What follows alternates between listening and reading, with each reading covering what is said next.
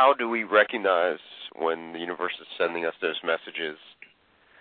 You're a natural intuit, natural psychic abilities, and I don't know if does everyone have those? Are they latent? Are they?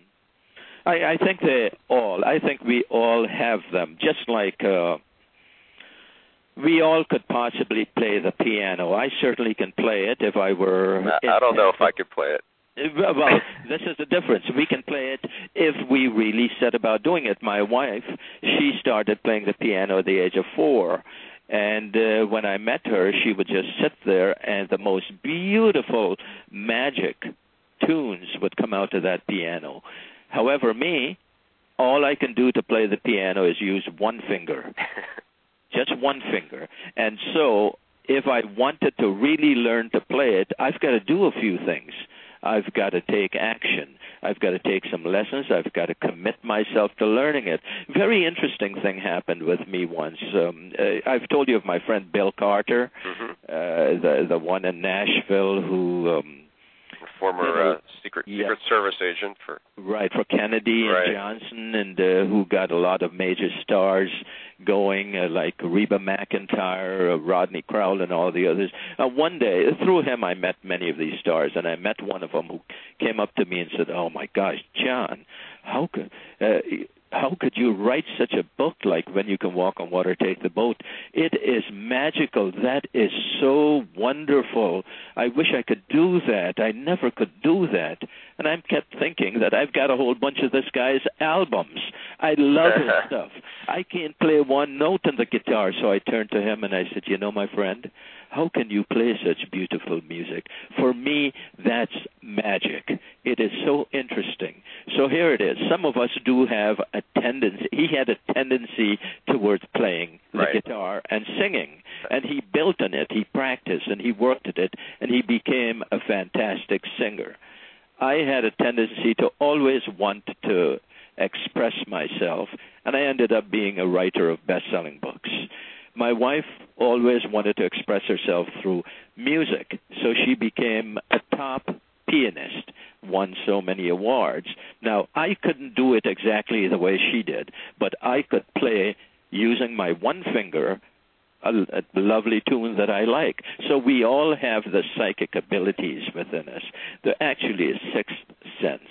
Animals have them far more developed than we do, but we don't tend to do it anymore because remember that conversation I told you about, the long one we keep having? Mm-hmm. And when we're not having that, we have the television on, and that's the noise that blocks out everything else. So we never listen to the sounds of silence. But if we do that, if we practice every day, not a long time, just for a few minutes every day, we get into a place where we breathe deeply, sit quietly, and say, I'm going to just let my thoughts run wherever they will, and I won't watch them, and I won't answer myself. You will find after a while that these abilities become heightened. And then if you want, you can train yourself to feel, maybe not hear what other people are thinking, because I remember meeting, remember our friend Butch James? Right. Mm-hmm. Butch had a big party in the Rainbow Room in New York, and I was invited to be one of his honored guests, for which I was honored. I was happy to be there. But the word had gotten around that this guy, Butch's friend, was going to come here. And somehow they thought I knew their thoughts.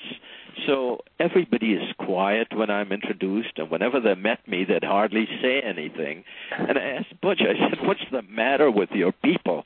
He had all his employees there, many of them and their families. And he says, the thing is, John, they think that you know what they're thinking. And I thought, no, I don't even know what I am thinking. And if I were to know what everybody is thinking, I'd go nuts because I wouldn't be able to handle it. So it's something like any other skill that we can develop. Anyone can develop it. The requirements are very few. You have to have a warm body, an IQ of greater than maybe 30, and stuff like that. But anyone could develop it because it's a natural thing, a natural gift we all have. Feeling auras, feeling people's thoughts, as they affect us, we do not violate anybody's privacy because, again, that's not necessary. It's right. I was going to say, I know in business many times when I'm doing a deal with somebody or I'm deciding on which project I want to do next, the times when I've listened to my gut instinct, and everyone talks about that gut, and it seems like that feeling comes from somewhere within your gut region, but it's that intuition, and I rely on that gut instinct because I know when I'm doing something that is going to work and when it's not going to work, and sometimes when I've decided, well, this person, I'm sure that they'll work out, or I'm sure this deal will work out, or this project will work out, even though I knew from a gut feeling that it wouldn't. It's always been that way. And whenever you go against that feeling, you find it doesn't work. Now, it doesn't mean that we shouldn't use analysis and we shouldn't use logic and so forth. Sure, that's important. That's part of the preparation. You get the data and so forth, and then you step back and you listen or feel for what you just call the gut feeling. And when you get that, you will know when you have a hit. You will have a feeling of wellness, of being okay, a kind of an excitement about it. This will work. It's like the universe saying to you, okay, here are 5 paths. Do business with this guy this way or not, and do this one or don't do it. And you will feel, I should talk to Mr. X. That's the one I have to do this with. And then your voice will come in now and say, oh, no, he doesn't know anything. I can't do anything with him. I don't want a joint venture with him.